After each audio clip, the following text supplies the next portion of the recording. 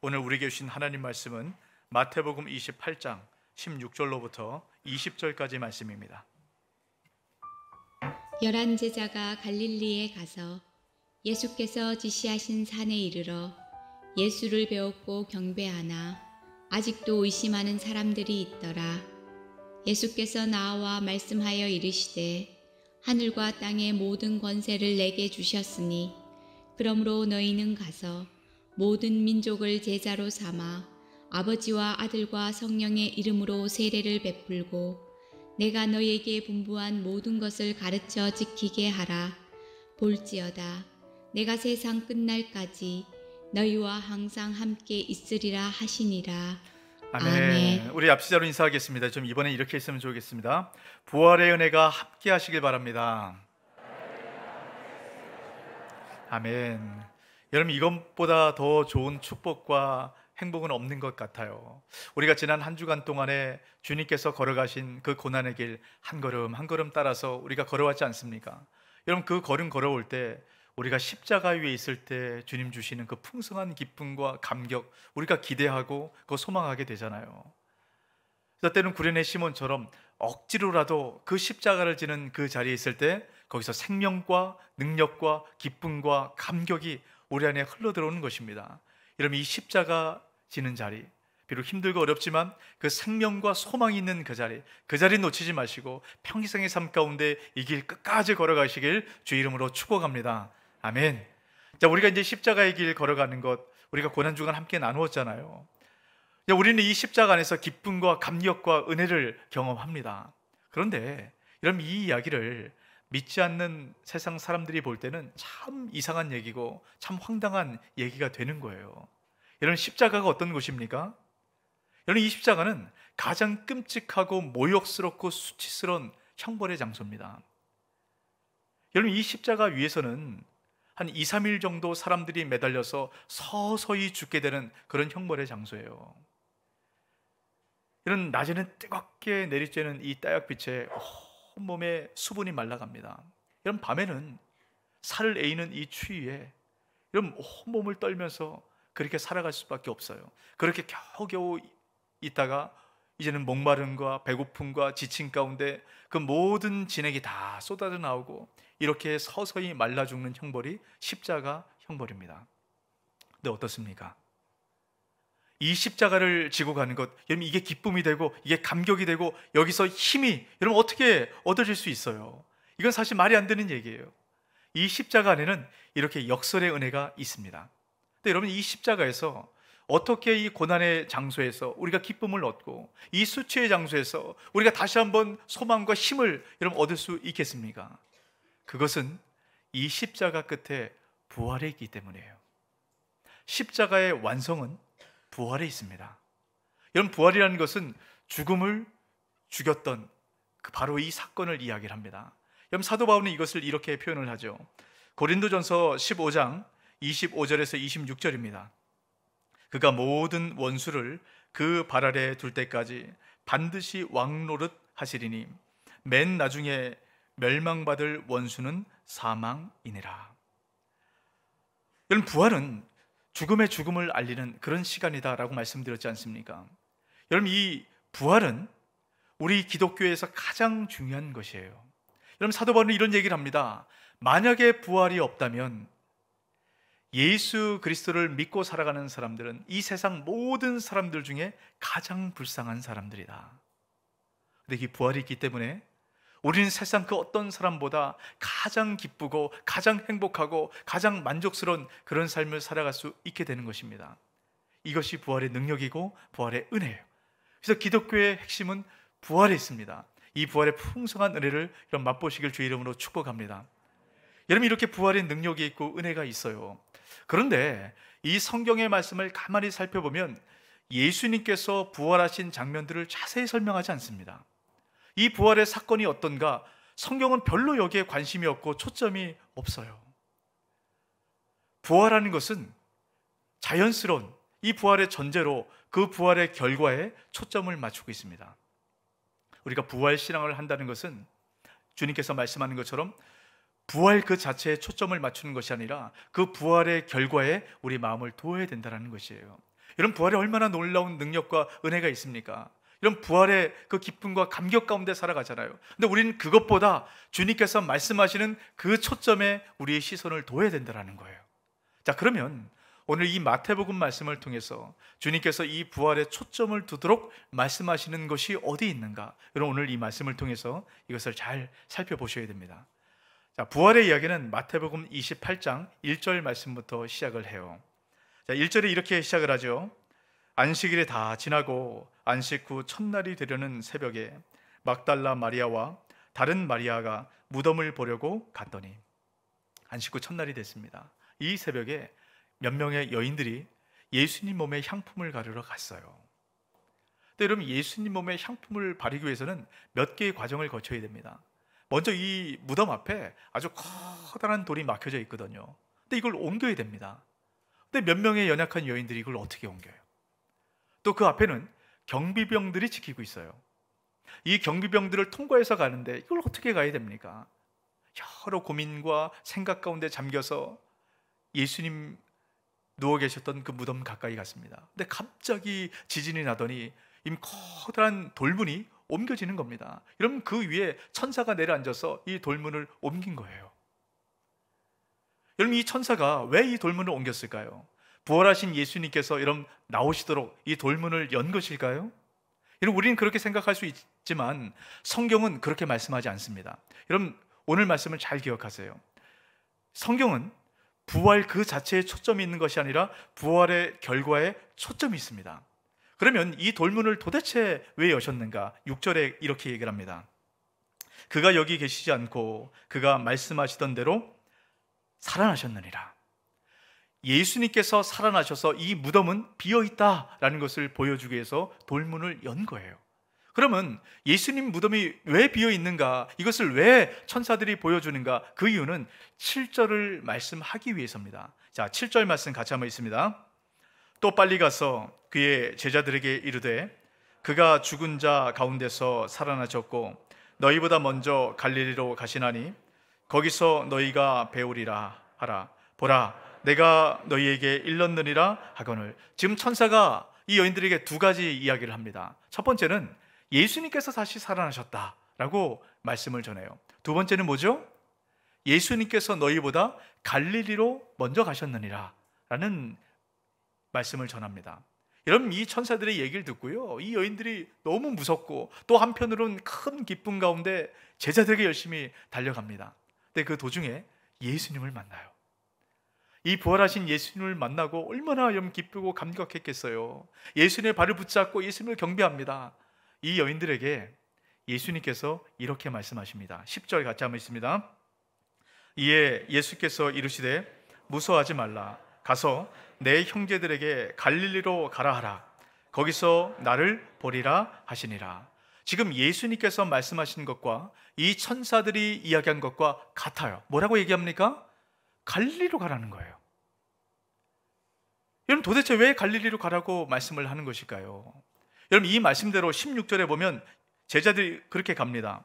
11제자가 갈릴리에 가서 예수께서 지시하신 산에 이르러. 자, 지금 이런 부활 얘기의 초점이 어디에 맞춰져 있는가? 여러분 보이세요? 갈릴리에 초점이 맞춰져 있습니다. 여러분, 왜 이 부활 얘기를 하면서 제자들에게 자꾸 갈릴리로 가라라고 말씀을 하는 걸까요? 여러분, 도대체 이 갈릴리에 뭐가 있기 때문일까요? 이 갈릴리는 어떤 곳일까요? 성경에서 갈릴리를 어떻게 말씀하는가? 여러분, 이렇게 이야기를 합니다. 마태복음 4장 15절 16절입니다.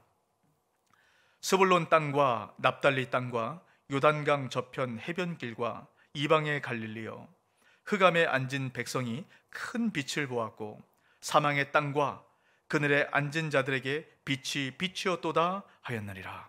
자, 지금 여기 보면 스불론 땅, 납달리 땅, 요단강 저편 해변길, 갈릴리, 이 모든 지역은 갈릴리를 의미합니다. 지금 이 갈릴리를 어떻게 표현하고 있죠? 흑암에 가득한 땅, 흑암에 잡혀있는 땅, 어둠의 땅, 죄가 가득한 땅이라고 얘기합니다. 지금 여기서 말하는 갈릴리는 갈릴리 그 지방, 그 지역, 그 자체를 말하는 게 아니에요. 죄로 인해서 흑암이 가득한 온 세상을 의미하는 어떻게 보면 이 세상의 축소판이고 이 세상의 모판이라고 볼 수 있습니다. 여러분, 그런 흑암이 가득한 이 갈릴리에서 이 세상의 어둠을 밝히실 예수 그리스도께서 탄생하셨어요. 그리고 이 갈릴리에서 모든 사람이 죽을 수밖에 없는 그곳에 하나님 나라의 복음이 전파되었습니다. 갈릴리에서요. 또 이 갈릴리에서 예수님의 제자들이 부름을 받고 하나님 나라의 제자로 어떻게 살아가야 되는가 주님께 친히 가르침을 받았던 장소가 바로 이 갈릴리입니다. 이 갈릴리는 제자들에게 아주 특별한 그런 장소예요. 이곳에 지금 제자들이 갑니다. 근데 오늘 말씀을 보면 좀 이상한 내용이 하나 기록이 되어 있어요. 자, 16절에 보면 몇 명의 제자가 갔는가 잘 한번 보세요. 11 제자가 갈릴리에 가서 예수께서 지시하신 산에 이르러. 몇 명이 갑니까? 11명이요. 예수님의 제자는 몇 명이죠? 12입니다. 한 명이 빠졌어요. 누가 빠졌습니까? 가롯 유다가 빠졌습니다. 근데 오늘 말씀에 보면 그냥 제자들이 갈릴리로 갔다 이렇게 표현하면 다 알아들을 만한 이야기인데 왜 11명의 제자가 갔다라고 굳이 이 말씀을 넣어서 표현을 할까요? 여러분, 예수님의 제자는 12입니다. 왜 주님께서 12 제자를 뽑으셨을까요? 12이라는 것은 이스라엘에서 완전한 숫자를 의미합니다. 여러분, 구약에 이스라엘 지파가 12지파가 있었죠? 신약에서는 12 제자가 있습니다. 12지파와 12 제자, 이 완전한 숫자는 하나님 나라의 모든 백성들을 지칭하는 용어예요. 12이 돼야 완전합니다. 근데 지금 11명이에요. 뭔가 부족하다는 것이죠. 지금 제자들의 상태가 이렇다는 거예요. 여러분, 지금 제자들은 예수님을 버리고 다 떠나갔습니다. 실패했어요. 그 실패감 가운데 여러분, 이런 마음 가지고는 도저히 제자로 살아갈 수 없는 그런 상태에 있습니다. 그 제자들을 지금 예수님께서 부르고 계신 거예요. 여러분, 사실 제자들이 제일 처음 예수님을 만난 그때도 제자들은 온전하지 못했어요. 여러분, 제자들은 어떤 사람들입니까? 어부가 대부분이었어요. 날마다 생계를 위해 살아갑니다. 물고기를 잡으러 가서 고기를 조금 잡으면 막 기뻐하고 행복하게 그렇게 살아가요. 그래서 어떤 날은 고기를 하나도 잡지 못하면 그 절망과 두려움 가운데 앞으로 어떻게 살아가나. 그럼 날마다 그 두려움과 생계를 어떻게 꾸려갈까, 그 염려 가운데 살아갔던 사람들이 제자입니다. 그런데 이 제자들이 고기를 낚는 어부가 아니라 사람을 낚는 어부로 주님께서 부르세요. 주님을 만났을 때 사람을 낚는 어부로 새로운 인생을 살아가게 된다는 거예요. 또 제자 중에 이런 사람들이 있었습니다. 사람들이 조롱하고 손가락질하는 그런 직업이지만 내 만족을 위해서 어떻게든 동족의 고열을 빼먹는 그런 세리의 직업을 갖고 있는 그런 제자가 있었어요. 이 제자가 예수님을 만났을 때 모든 것을 다 버리고 예수님을 따르게 됩니다. 갈릴리는 제자들의 인생이 바뀐 장소예요. 갈릴리는 예수님과의 첫사랑이 있는 장소입니다. 바로 이 장소로 지금 제자들을 부르고 계신 겁니다. 왜 그렇습니까?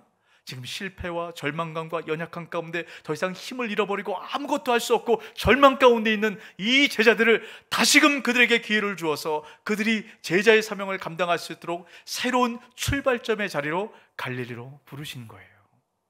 갈릴리는 그런 곳입니다. 근데 여러분, 이 제자들이요 얼마나 연약하고 참 볼품없는가, 그걸 잘 보여주는 것이 17절 말씀인데요, 17절에서 이렇게 말씀을 합니다. 예수를 배웠고 경배하나 아직도 의심하는 사람들이 있더라. 지금 부활하신 예수님을 눈앞에 두고 있습니다. 근데 이 예수님을 보고 제자들이 어떻게 한다고요? 경배하지만 또 한편으로는 의심을 하고 있다라고 이야기를 해요. 여러분, 이 제자들의 모습이 어떻습니까? 참 답답하고 도대체 언제까지 이런 모습을 갖고 살아갈까, 그런 생각 들지 않으세요? 부활하신 예수님이 눈앞에 있는데. 근데 저는 이 말씀을 묵상하다가 너무 이 제자들에게 감사한 거예요. 그런 마음이 듭니다. 여러분, 그 이유는 우리가 이런 제자들과 똑같은 상태이기 때문입니다. 제가 그렇고 여러분이 그렇지 않습니까? 여러분, 우리는 이 제자들보다 더 분명하고 확실한 부활의 영이신 성령께서 우리 안에 거하십니다. 여러분, 믿으십니까? 아멘이죠. 예수 그리스도를 믿었을 때 부활의 영이신 성령께서 우리 안에 거하세요. 근데 우리는 그 부활의 영인 성령께서 우리 안에 함께 계심에도 불구하고 조금 힘들고 어려운 일이 있을 때마다 낙심하고 좌절하고 두려워하고 절망합니다. 제자들과 똑같은 모습 아니에요? 근데 너무 감사한 것은 그럴 때마다 주님께서 우리를 갈릴리로 다시 부르신다는 겁니다. 이 갈릴리는 다시 새로운 출발을 할 수 있는 장소가 갈릴리예요. 우리가 실패하고 좌절하고 낙심할 때마다 주님께서는 우리를 갈릴리로 부르셔서 다시금 시작할 수 있는 힘과 은혜와 능력을 주세요. 여러분에겐 갈릴리가 어디입니까? 여러분 주님을 만나고 주님으로 인해서 내가 주님 위해 살아가겠습니다. 그 부활의 영이신 성령께서 내 안에 계셔서 주님과 함께함이 기쁨입니다. 우리가 새로운 피조물로 새롭게 태어난 그 갈릴리, 그것이 언제입니까? 여러분 어디가 여러분의 갈릴리예요? 혹시나 여러분 안에 이 갈릴리를 만나지 못한 분이 있다면 이 갈릴리를 경험하셔야 됩니다. 오늘 이 시간, 이 장소, 이 부활의 이 아침, 이 시간이 여러분에게 갈릴리가 되시길 주 이름으로 축복합니다. 이 갈릴리를 만나야 우리 인생이 새롭게 살아가는 것이에요. 주님께서 제자들을 이 갈릴리로 부르십니다. 그리고 새롭게 시작하도록 하세요. 또 여러분 잘 기억하셔야 되는 게 있습니다. 갈릴리는 우리 인생을 새롭게 시작하는 장소이지만 여기에 머물러 있어서는 안 되는 장소입니다. 주님께서 우리를 제자로 부르셨어요. 다시 말하면 우리를 부활의 증인으로 불러서 이제는 제자로서 새로운 출발점 앞에 주님께서 서게 하십니다. 이 출발점에서 주님께서 하셨던 말씀이 있습니다. 이 말씀이 오늘 말씀의 핵심이기도 하고요, 부활 이야기의 핵심이기도 합니다. 이 말씀을 여러분 잘 기억하셔야 됩니다. 19절, 20절 말씀 같이 한번 있습니다. 그러므로 너희는 가서 모든 민족을 제자로 삼아 아버지와 아들과 성령의 이름으로 세례를 베풀고 내가 너희에게 분부한 모든 것을 가르쳐 지키게 하라. 볼지어다 내가 세상 끝날까지 너희와 항상 함께 있으리라 하시니라. 아멘. 여러분 이 말씀은 대위임령이라고 얘기합니다. 이것은 우리 그리스도인들이 어떻게 살아가야 되는가 분명하게 보여주는 사명의 말씀이에요. 이 말씀은 여러분 평생의 삶 가운데 가슴에 기억해야 됩니다. 자, 여러분 이 말씀에 여러분 중요한 게 있어요. 제가 여러분 질문을 한 가지 해볼 테니까 여러분 질문에 답을 맞추시는 분은 오늘 이 부활의 아침을 맞아서 제가 아주 좋은 선물을 하나 드리도록 하겠습니다. 자, 여러분 한번 보여주세요. 자, 여러분 이 말씀에 보면 4개의 동사가 나옵니다. 가서, 제자를 삼아, 세례를 베풀고, 가르쳐 지키게 하라. 이 4개의 동사 중에 하나만 핵심적인 동사고 나머지 3개는 이것을 꾸며주고 설명해주는 그런 동사입니다. 자, 그러면 여러분 이 4개의 단어 중에 가장 중요한 핵심 단어 이 하나가 뭘까요? 가라, 제자 삼으라, 세례를 베풀라, 가르쳐 지키게 하라. 어떤 걸까요? 네, 뭐 여러 가지 말씀이 나오는데요, 이걸 맞추신 분은 나중에 저를 찾아오세요. 제자를 삼합니다. 제자를 삼기 위해서 가야 되는 거예요. 제자를 삼기 위해서 세례를 베푸는 것입니다. 제자를 삼기 위해서 가르쳐 지키는 것이에요. 제자 삼는 사역이 핵심이에요. 여러분 이 제자 삼는 것은 누가 합니까? 제자만 할 수 있는 거예요. 여러분 그래서 우리가 계속 외치는 것이 뭡니까? 우리가 먼저 제자 되고 제자 삼는 사역을 감당하자라고 말씀하는 것 아닙니까? 그래서 우리가 1:1 제자 양육을 하는 거예요. 그래서 우리가 판피 학교를 하는 겁니다. 우리가 성장반을 하고 마더와리를 하고 여러 양육 훈련을 하는 것입니다. 우리가 먼저 제자 되기 위해서. 제가 여러분 늘 말씀드린 것 있잖아요. 배우는 자리에 있든지 가르치는 자리에 있든지 둘 중 한 자리에는 반드시 계셔야 된다. 왜 그렇습니까? 우리가 제자가 되어야 되거든요. 제자가 돼야 이 제자 삼는 사명을 감당할 수 있게 됩니다. 여러분 우리가 이 제자가 되어서 제자 삼는 사명을 어떻게 감당할 것인가, 여러분 이 3개의 단어를 통해서 주님께서 풀어 설명을 하시는 겁니다. 여러분 첫 번째, 제자인 우리가 제자 삼기 위해서는 어떻게 해야 됩니까? 가야 되는 거예요. 어디로 가야 될까요? 여러분 우리는 참 안주하는 걸 좋아합니다. 안락하고 편안하고 익숙한 그런 환경 가운데 있는 것 좋아해요. 근데 주님께서는 가라고 얘기합니다. 도대체 어디로 이렇게 주님께서 보내시려고 하나? 여러분, 오늘 말씀해 보면 주님께서 제자들을 갈릴리로 보내시죠. 근데 이 갈릴리의 어떤 특정한 장소에서 주님이 제자들을 만납니다. 자, 16절을 다시 한번 보세요. 11제자가 갈릴리에 가서 예수께서 지시하신 산에 이르러. 예수께서 지시하신 그 산, 갈릴리에 있는 여러 산 중에 그 한 산에서 지금 예수님께서 제자들을 만납니다.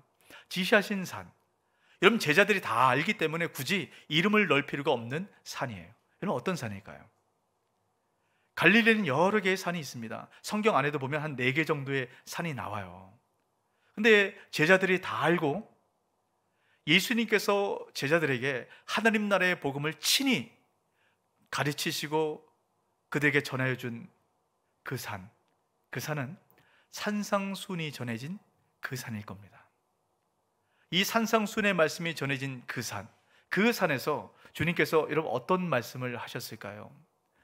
마태복음 5장 14절입니다. 너희는 세상의 빛이라. 산 위에 있는 동네가 숨겨지지 못할 것이요. 여러분, 산상순이 선포되는 이 산에서 주님께서 이렇게 말씀하셨어요. 너희는 세상의 빛이라. 너희는 교회의 빛이 아니고요, 세상의 빛이라. 주님께서 이 갈릴리로 찾아온 제자들에게 그럼 뭐라고 말씀하셨을까요? 가라! 어디로 가라는 말씀일까요? 세상으로 가라는 겁니다. 교회로 가라는 것이 아니에요. 여러분, 우리 교회 안에서는 예수 그리스도의 그 빛을 우리 안에 가득 채우고 주님께서 보내신 그곳으로 가는 겁니다. 흑암이 가득한 이 세상에 주님께서 참빛으로, 큰 빛으로 오셔서 이 어둠을 밝히신 것처럼 이젠 우리가 흑암이 있는 그곳으로 가서 그 어둠을 밝히는 이 사명, 부활의 증인으로 주님께서 우리를 그곳으로 보내신 것입니다. 그것이 우리가 해야 될 일이에요. 여러분, 그것이 어디입니까? 우리 각자가 다 달라요. 제게 보내주신 곳은 교회입니다. 저는 이 교회에서 예수 그리스도의 빛을 이런 밝게 빛나는 이런 그런 사명을 받았어요. 그래서 제가 있어야 될 자리는 이런 말씀을 연구하고 가르치고 말씀을 훈련하는 그 자리가 제가 있어야 될 자리입니다. 여러분이 있어야 될 자리는 어디입니까? 주님께서 보내신 자리가 어디예요? 그 자리에 있을 때 그 부활의 능력과 은혜와 그 감격을 맛보아 누릴 수 있게 되는 것입니다. 그 자리에 서시길 주 이름으로 축복합니다. 이런 그 자리에 있어야 우리가 부활의 은혜가 있어요. 여러분, 그곳에서 주님께서 우리에게 뭘 하라고 말씀합니까? 두 번째요, 세례를 베풀고. 세례를 베푸는 거예요. 여러분, 세례가 어떤 의미일까요? 세례의 사전적 정의는 이런 겁니다. 죄를 지은 사람이 용서를 받고 교회의 한 구성원이 되어가는 의식, 절차, 과정, 이렇게 이야기를 합니다. 그런데 여러분, 이 세례가 단순히 우리가 기독교인이 되는 그런 절차와 과정과 공식 인증, 그런 절차일까요? 이곳에 머물지 않습니다. 오늘 말씀해 보면 세례를 베풀라라고 말씀하신 그 바로 앞에 무엇으로 세례를 베푸는가를 말씀을 합니다. 잘 한번 보십시오. 19절입니다. 아버지와 아들과 성령의 이름으로 세례를 베풀라. 여러분, 이름으로라는 말의 원래의 의미는요, 어떠한 관계 속으로 들어가도록 하라라는 의미가 됩니다. 그러니까 이 말씀의 본래의 의미를 풀어서 이야기를 해보면 이렇게 되는 것이죠. 아버지와 아들과 성령의 관계 속으로 들어가도록 하라. 이런 아버지와 아들과 성령의 관계가 뭘까요? 그것은 언약 관계를 얘기합니다. 언약 관계라는 것은 하나님과 우리와 가족 관계가 된다는 거예요. 다시 말하면 우리가 이 세례를 통해서 하나님의 자녀가 된다는 것입니다. 그것을 확증하고 그것을 선포하는 것이 세례예요. 그래서 세례는 너무나도 중요한 의미가 담겨져 있습니다. 그래서 하나님의 자녀가 된 자들만 받을 수 있는 특권이 있어요. 그게 바로 성찬입니다. 오늘 우리가 성찬을 했잖아요. 이 성찬은 앞으로 우리가 주님 앞에 갔을 때 그 천국에서 주님과 함께 천국 잔치를 누리게 됨의 여러분 하나의 표징입니다. 이 성찬을 할 때마다 우리가 주님 앞에 가서 그 천국 잔치에 참여한다는 것을 기억하라는 것이에요. 또 한 가지는 이 성찬을 통해서 주님과 우리와 함께해서 한 몸이 되어 예수 그리스도로 충만하게 채워짐을 다시 한번 기억하고 고백하라는 것입니다. 그래서 성찬은 너무 중요한 거예요.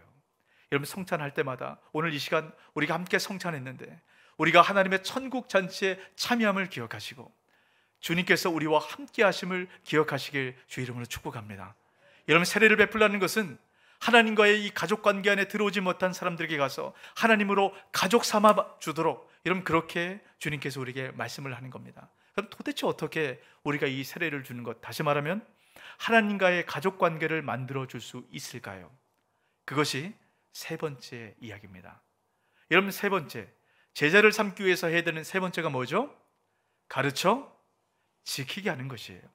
어떻게 보면 제자 삼는 사역의 가장 핵심적인 것이라고 이야기할 수 있어요. 근데 오늘 우리가 이 말씀을 자주 오해를 합니다. 가르쳐 지키게 하라, 이 말씀의 핵심을 우리는 가르치는 것에 자꾸 초점을 둬요.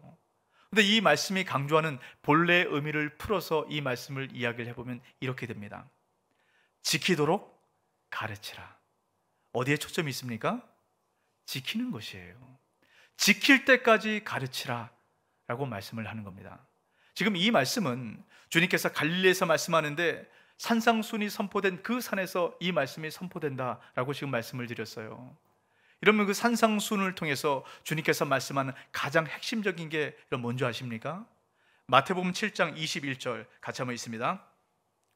나더러 주여 주여 하는 자마다 다 천국에 들어갈 것이 아니요 다만 하늘에 계신 내 아버지의 뜻대로 행하는 자라야 들어가리라. 뭐라고 말씀하죠? 천국은 누가 들어간다고요? 주님께서 가르쳐 분부한 그 모든 것을 깨닫고 알고 있는 사람이 천국에 들어간다고 말씀합니까? 아니요. 그것을 가르쳐 지키는 사람, 그것을 행하는 사람, 그 사람이 천국에 들어간다라고 말씀합니다. 여러분, 주님께서 우리에게 말씀하신 이 말씀을 명확하게 기억하시기 바랍니다. 우리가 먼저 지켜 행하고 이것을 가르쳐야 되는 것이에요. 오늘 부활 이야기의 초점, 여러분, 어디에 초점이 있습니까? 제가 서두에 말씀드린 것처럼 우리가 이 부활의 기쁨과 부활의 감격과 이 부활의 은혜 누리는 거 필요합니다. 하지만 여기 머물러 있어서는 안 된다는 거예요. 성경은 우리가 부활에 머물러 있길 원하는 것이 아니라 부활의 결과, 여기에 초점을 맞추라고 얘기합니다. 그 부활의 결과가 무엇이죠? 우리가 제자가 되고 부활의 증인이 되는 것입니다. 주님을 알지 못하는 이 세상 가운데 가서 하나님의 자녀된 우리가 그들이 하나님의 자녀가 된다는 것이 얼마나 놀란 특권이고 은혜이고 기쁨이고 감격이 되는 것인가, 우리 삶을 통해서 가르치라는 것이에요. 여러분 모두가 이런 부활의 증인 되시길 주 이름으로 축복합니다. 우리가 제자가 되고 제자를 삼는 것, 이것은 모든 그리스도인들의 사명입니다. 어떤 분들은 이렇게 생각할 수 있어요. 목사님, 우리가 예수 믿고 구원받아 천국 가는 것, 이러면 되지 않습니까? 제자 삼고 가르치는 이 사명은 뭔가 좀 은사를 갖고 있고 좀 잘하는 그런 분들만 좀 그렇게 하면 되지 않겠습니까? 여러분, 우리가 그렇게 생각할 수 있어요. 근데 이곳에 계신 분들은 아무도 그런 분이 없기 때문에 제가 말씀을 드릴게요. 한번 생각해 보세요. 우리가 구원을 받아서 천국에 가는 것, 이것이 주님께서 이 땅 가운데 오셔서 부활하신 목적이라면 우리가 주님을 믿어서 구원받자마자 바로 천국으로 데려가셔야죠. 그래 맞지 않습니까? 우리가 예수님 믿고 세례받고 하나님의 자녀가 되는 순간 바로 그 자리에서 죽임을 당하고 천국에 가야 맞는 거예요. 근데 주님께서 우리를 그렇게 하지 않죠. 그 이유가 무엇이죠? 제자 삼는 사명, 부활의 증인으로 우리가 살아가도록 보내신 것입니다. 여러분, 때로는 십자가의 길을 걸어가는 그 부활의 길, 이게 힘들고 어렵습니다. 근데 주님께서 왜 이 길을 걸어가라고 하실까요? 이 길 끝에 부활의 기쁨과 감격과 생명과 능력이 있는 것이에요. 오늘 말씀 앞에 이 부활의 증인으로 서라고 말씀하신 그 주님께서 뭐라고 말씀합니까? 하늘과 땅의 권세를 내가 가졌다라고 말씀합니다. 그 주님께서 영원히 너희와 함께 하겠다라고 말씀합니다. 누구에게요? 부활의 증인에게. 우리가 제자가 되고 제자 삼는 이 사명을 감당하는 자들에게 하늘과 땅의 권세가 실질적으로 너에게 이루어지도록 하겠다. 이 능력과 은혜를 맛보아 누릴 수 있도록 하겠다. 주님께서 이 말씀을 하는 것입니다. 우리가 고난주간 특별 새벽기도 이 시간들을 통해서 이런 뭘 주님께 구하고 주의 은혜를 채워달라고 기도했습니까? 세상에 다른 어떤 것이 아니라 예수로 채워지면 아무 근심도 걱정도 염려하지 않는다는 거예요. 문제가 없다는 얘기가 아닙니다. 문제가 있어도 우리가 두려워하지 않고 염려하지 않고 걱정하지 않는다는 것이에요. 예수로 채워지면. 오늘 말씀에 그걸 명확하게 얘기하는 겁니다. 마태복음 말씀을 마무리를 지으면서 이것을 명확하게 얘기하는 것이에요. 우리가 부활의 증인으로 살아갈 때 그 부활의 주님께서 우리와 영원히 우리 안에서 항상 함께하기 때문에 하늘과 땅의 권세가 우리 삶 가운데 나타나고 우리가 그 모든 곳 가운데 흘러간다라고 말씀합니다. 저는 이 말씀을 통해서 여러분 안에 하늘과 땅의 권세를 이뤄내시는 그 부활의 주님의 풍성한 능력과 은혜를 맛보시는 저 여러분 되시길 주의 이름으로 축복합니다. 아멘. 이 말씀 기억하시고 우리 함께 찬양하고 기도했으면 좋겠습니다.